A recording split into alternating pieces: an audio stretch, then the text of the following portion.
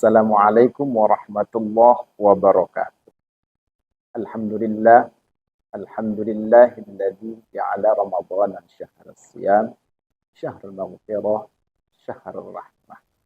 Asyhadu an la ilaha illallah wahdahu la syarika lah wa asyhadu anna Muhammadan abduhu wa rasuluh.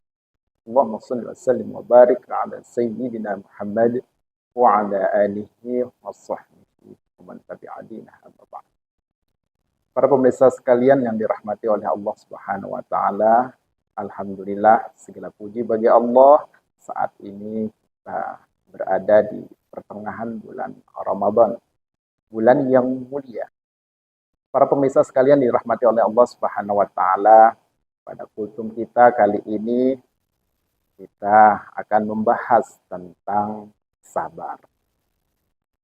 Mari kita dengarkan satu ayat di dalam Al-Quran.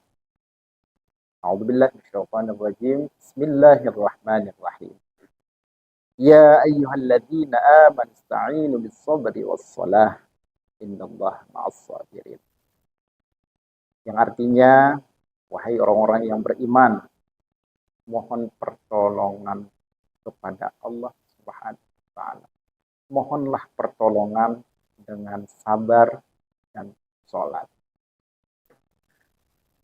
Ulama kita, salah satu ulama kita, Syekh Nawawi Al-Bantani, di situ di dalam kitabnya menjelaskan bahwa mohonlah pertolongan kepada Allah Subhanahu wa taala dengan sabar. Jadi mohon pertolongan untuk membersihkan diri dari dosa. Kemudian sabri. Di situ dia juga menjelaskan bahwa sabar di sini sabar atas ketaatan kita kepada Allah, sabar di dalam menjalankan kewajiban-kewajiban.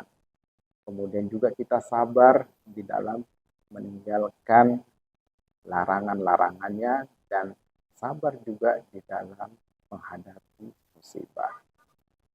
Lebih lanjut, para pemirsa sekalian dirahmati oleh Allah Subhanahu wa taala, Syekh kita yaitu Syekh Ahmad bin Muhammad As-Sawi di dalam kitabnya juga di situ mengklasifikasikan sabar itu menjadi 3 bagian. Sabar yang pertama yaitu sabrun 'ala ta'ati bidawami fi'liha, yaitu sabar di dalam menjalankan ketaatan kepada Allah Subhanahu wa taala. Sabar kita dalam taat pada Allah Subhanahu. Ketaatan yang dapat kita lakukan di situ adalah taat di dalam menjalankan perintah Allah, sholat kita, kemudian membaca Al-Quran, itu adalah bentuk ketaatan kita kepada Allah Subhanahu wa taala. Tidak hanya sekedar kuantitas barangkali yang bisa kita tingkatkan di dalam sholat kita, tetapi juga pun kualitas yang harus kita tingkatkan di dalam sholat kita. Kekhusyuan kita di dalam sholat, merasa dekatnya kita kepada Allah Subhanahu wa taala di dalam sholat, itu juga yang harus terus kita tingkatkan. Kemudian membaca Al-Quran, perbanyak membaca Al-Quran, itu adalah bentuk ketaatan kita kepada Allah Subhanahu wa taala. Tidak hanya sekedar membaca saja, tetapi kita coba untuk berupaya bagaimana kita bisa memahami makna yang terkandung di dalam Al-Quran sendiri, yang kemudian nantinya bisa kita amalkan apa yang ada di dalam Al-Quran.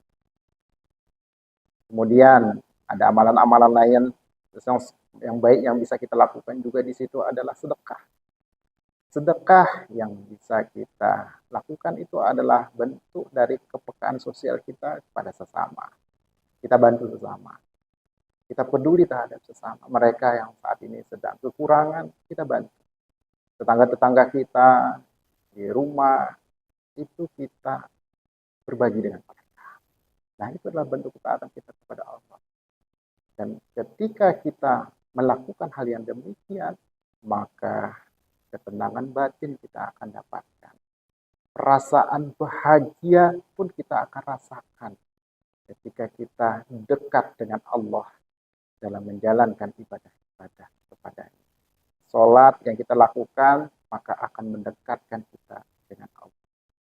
Waktu yang paling dekat dengan hamba dengan Allah itu adalah ketika sujud Nah, di situ bagaimana kita merasakan begitu dekatnya kita dengan Allah Subhanahu. Banyak amal-amalan soleh yang dapat kita lakukan dalam rangka kita menguatkan keimanan kita kepada Allah Subhanahu wa taala. Itu sabar yang pertama, yaitu sabar di dalam taat kepada Allah Subhanahu